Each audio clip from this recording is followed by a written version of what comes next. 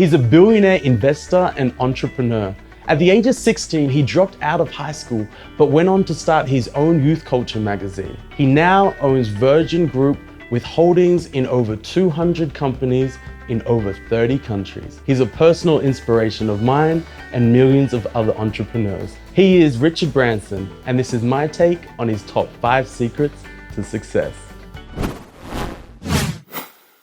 I mean, I am dyslexic, and therefore I think I've been very good at keeping things simple because as a dyslexic, I need things to be simple for myself, and therefore Virgin, I think, when we launch a financial service company or a bank, we do not use jargon. Everything's very clear cut, very simple, and I think people have an affinity to the Virgin brand because we don't talk above them or talk down to them.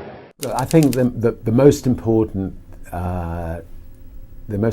thing about running a company is to remember all the time what a company is. A company is simply a group of people, and as a leader of people, you have to be a great listener, you have to be a great motivator, you have to be very good at praising and looking for the best in people.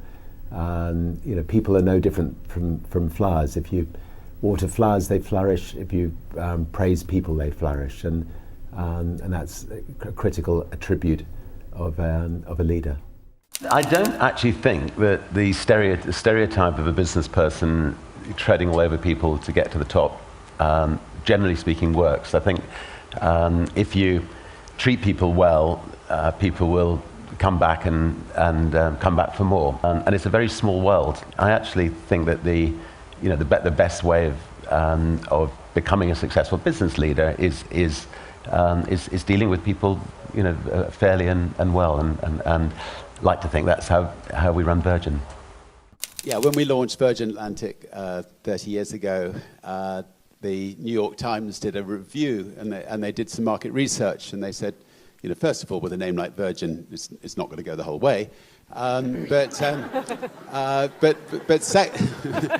secondly, that they did market research which said only 7% of people would fly on an airline called Virgin, and we put our hands up and said 7% would be just fine. So we carried on with it. But there were a lot of skeptics out there, and there always will be lots of skeptics when you want to start something new. Everybody will tell you why it's a bad idea, why you shouldn't do it, why you'll lose everything you've got, and in the end you just got to get out and try to prove them wrong. But good luck.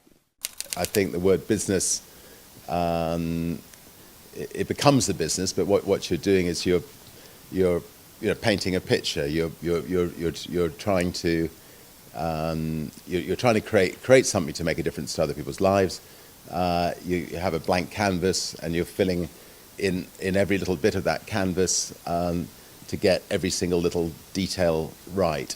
And if that canvas, sings out at you at the end, and it's a beautiful picture, your business is going to be successful.